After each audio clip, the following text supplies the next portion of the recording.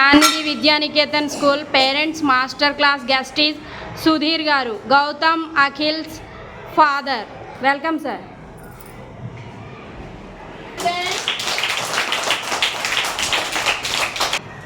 నేను గౌతమ్ అఖిల్ ఫాదర్ని. ఈరోజు నా టాపిక్ మదర్ లవ్. తల్లి మీద ఉన్న ప్రేమ, తల్లి ప్రేమ. ఎంతమంది మదర్ అంటే ఇష్టం? ఆల్మోస్ట్ అందరికీ ఇష్టం. మీకు ఎంత ఇష్టం? మరి ఇంకా మదర్ అంటే అందరికి ఇష్టం. ఎందుకంటే మన ఉదయం లేచిన దాని నుంచి సాయంత్రం వరకు మన పనులు కానీ ఇది కానీ చెప్పేటప్పుడు అమ్మకి మనం ఎంత ఇచ్చినా తక్కువ. కాబట్టి కొన్ని విషయాలు చెప్పుకున్నాం. అమ్మ గురించి ఏం చెప్పుకున్నాం? కొన్ని విషయాలు చెప్పుకున్నాం. ఒక రాజుగారు ఉన్నారు. రాజుగారు తన కుమారుని చాలా ఎక్కువగా ప్రేమిస్తున్నారు. అంటే ఏమన్నాడంటే, నా పిల్లవాడి కంటే ఎవరు అందగట్టు కాదు అన్నాడు. నా పిల్లవాడి కంటే ఎవరు అందగట్టు కాదు, చాలా బాగుంటాను అనుకున్నాడు. ఇది అన్నాడు. మంత్రి గారితో అంటే కాకిపిల్ల కాకి పుట్టండి అంటాడు. ఏమన్నాడు? కాకిపిల్ల కాకి పుట్టని చెప్తున్నాడు. అదేంటి అలా అంటాం? నా కుమారుడు అందగాడు ఎవరైనా ఉన్నారా? అయితే చూపించని చెప్పేసి వీళ్ళిద్దరు గుర్రం మీద వెళ్తున్నారు. గుర్రం మీద వెళ్తుంటే చిన్న పిల్లవాడు పక్కన ఆడుకుంటున్నాడు. ఎలా ఉన్నాడంటే పిల్లవాడు నల్లగా ఉన్నాడు. ఎలా ఉన్నాడు? నల్లగా ఉన్నాడు. ఇదిగోండి పిల్లవాడని అందగాడు అంటున్నాడు. ఏమన్నాడు? ఈ పిల్లవాడు అందగాడు అని చెప్తున్నాడు.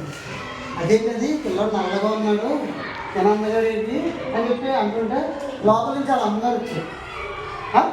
నా పిల్లడి కంటే అందగాలు ఎవరున్నారు? ఇది నా పిల్లడి కంటే అందగాలు ఎవరున్నారు? ఈ లోకానికి నా పిల్లడు అందగాడు అని రాజుతో గొడవపడుతుంది. ఏంటి? రాజుతో గొడవపడుతుంది. మంత్రితో అన్నాడు. అంటే ఎవరి కనబిడ్డలు వాళ్ళ కంటికి తన ఇంపుగా అందంగా కనిపిస్తుంది. అలాగా ఇంపుగా అందంగా కనిపిస్తుంది. దానివల్ల రాజుకి జ్ఞానోదయం ఏంటి అంటే ఎవరి బిడ్డల వాళ్ళకి అందంగా కనిపిస్తారు అని చెప్పేసి తన తల్లిని అడుగుతున్నాడు. అమ్మ మరి తనకి ఏమైనా చదువు నేర్పిస్తున్నావా ఏంటి అంటే, ఆ కుమారుడికి జ్ఞానం నేర్పిస్తున్నానండి అని చెప్పింది. ఏం నేర్పిస్తుంది? జ్ఞానం నేర్పిస్తున్నాడు. ఎలాగమ్మా అని చెప్పాను. సరే అని చెప్పేసి వాళ్ళ ఆస్థానాన్ని తీసుకొచ్చారు. రాజుగారికి ఇష్టమైన వాళ్ళు ముగ్గురు మంత్రులు. ఎంతమంది? ముగ్గురు మంత్రులు. అయితే వీళ్ళ మదర్ ఒక మాట ఉంది, మీకు ఇష్టం వీళ్ళకి ముగ్గురికి 3 సంచులు ఇచ్చి అడిగితే వెళ్ళమని. ముగ్గురికి సంచులు అంటే పళ్ళు తీసుకురమ్మని. ఏం తీసుకురమ్మంటే ఫ్రూట్స్. రాజుగారు అప్పుడు రాజుగారు ఏం చెప్పారంటే, నాకు ఇష్టమైన ఫ్రూట్స్ మీరు తీసుకురండి అని చెప్పి అన్నారు. ముగ్గురు ఎవరైనా రండి. ఒకవేళ ఎవరు? ముగ్గురు మంత్రులు. సరే అని చెప్పేసి అడిగి వెళ్ళారు. అడిగి వెళ్ళిన తర్వాత మన మొదటి మంత్రికి రాజుగారు చాలా అబ్బాను. మా అబ్బాయి అని చెప్పేసి మంచి మంచి పళ్ళు అన్ని కోసం ఒక సంచలనంలో పట్టుకున్నాడు. ఏం చేశారు?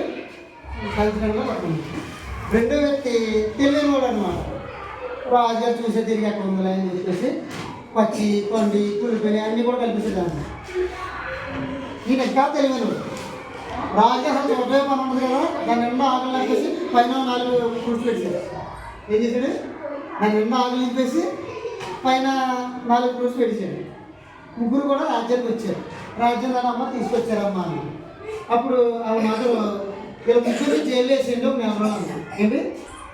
వీళ్ళ ముగ్గురిని జైలు వేసామండి. ఈయన ఏం తెచ్చాడు? ఫ్రూట్స్ చాలా మంచి అందంగా కనిపించేవి మంచి మంచి తెచ్చాడు. వీళ్ళు తినమని ఫుడ్ పెట్టుకున్నాడు.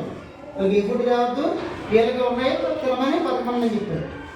మా మొదట మంత్రి ఏం చేశాడంటే నీట్గా మంచి మంచి పళ్ళు తెచ్చుకున్నాడు, బాగున్నాయి. అవన్నీ తినేసి 4 రోజులు అవగానే బయటకు వచ్చాడు జైలు నుంచి. రెండో వ్యక్తి చాలా తెలియదు. మరి ఏం తెచ్చాడు? పులిపిని పచ్చిది. ఇది తినేప్పటికీ మనవాడికి ఆరోగ్యం పాడైపోయాడు. ఏది? ఆరోగ్యం పాడైపోయి మంచాన్ని పడిచాడు, పక్కన పడిచాడు. మూడో వ్యక్తి అతి తెలియనోడు.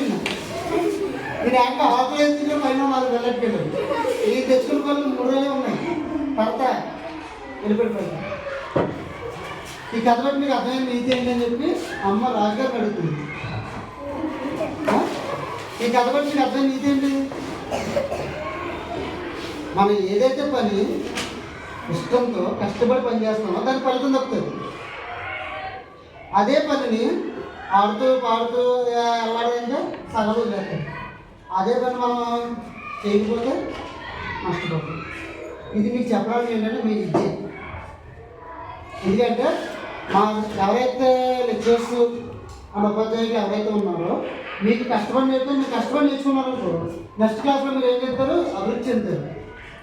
పర్లేదు లేదు అన్నాడు ఈ చదువుతుంది లేదా అనుకున్నాను సగం సగం పనులు నేర్చుకుంటారు. మొత్తానికి బ్యాక్ నుంచి అయితే అంత తెలిసింది కదా, ఎవరో ముద్దుంటారు కదా, ఆ ముద్దే చదవాలి. అదేనా ఇలాగా రాజకీయం చెప్పింది అంటే తల్లి తన బిడ్డకి నేర్పించే విద్య ఎంత విలువైందని చెప్పేసి రాజు నేర్పించింది. అదేనా ఇప్పుడు దీన్ని బట్టి ఇదే స్టూడెంట్లు చాలామంది కూడా వచ్చేసి ఏమన్నారంటే అమ్మ గురించి ఒక లెసన్ రాయమన్నారు. ఏం రాయమన్నారు? అమ్మ గురించి ఒక లెసన్ రాయమన్నారు. ఒక్కొక్కరు పెద్ద పారాగ్రాఫ్లు రాస్తారు, ఒక 3 పేజీలు రాస్తారు, ఒక 4 పేజీలు, ఒక 5 పేజీలు రాస్తారు. కానీ ఒక అబ్బాయి మాత్రం ఒకే ఆన్సర్ పేపర్లో ఒక లైన్ రాశాడు. కానీ ఆ టీచర్ ఆ అమ్మాయికి 100 పాయింట్స్ వేసింది. ఏం రాసుకుంటారు? ఆ అబ్బాయి వాళ్ళ అమ్మగారి గురించి ఏం రాశాడు అంటారు?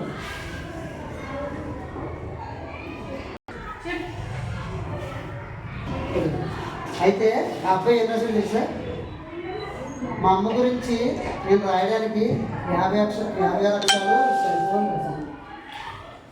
తెలుగు ఎన్ని అక్షరాలు మొత్తం? 56 అక్షరాలు. 56. అంటే నా తల్లిని వివరించడానికి నాకు 56 అక్షరాలు సరిపోవు. ఒక సింగిల్ లైన్లో చాలా గొప్ప మాట చెప్తుంది. అవునా కదా?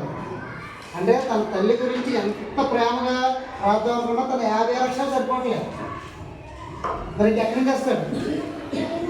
అంత గొప్పగా వివరించాడు.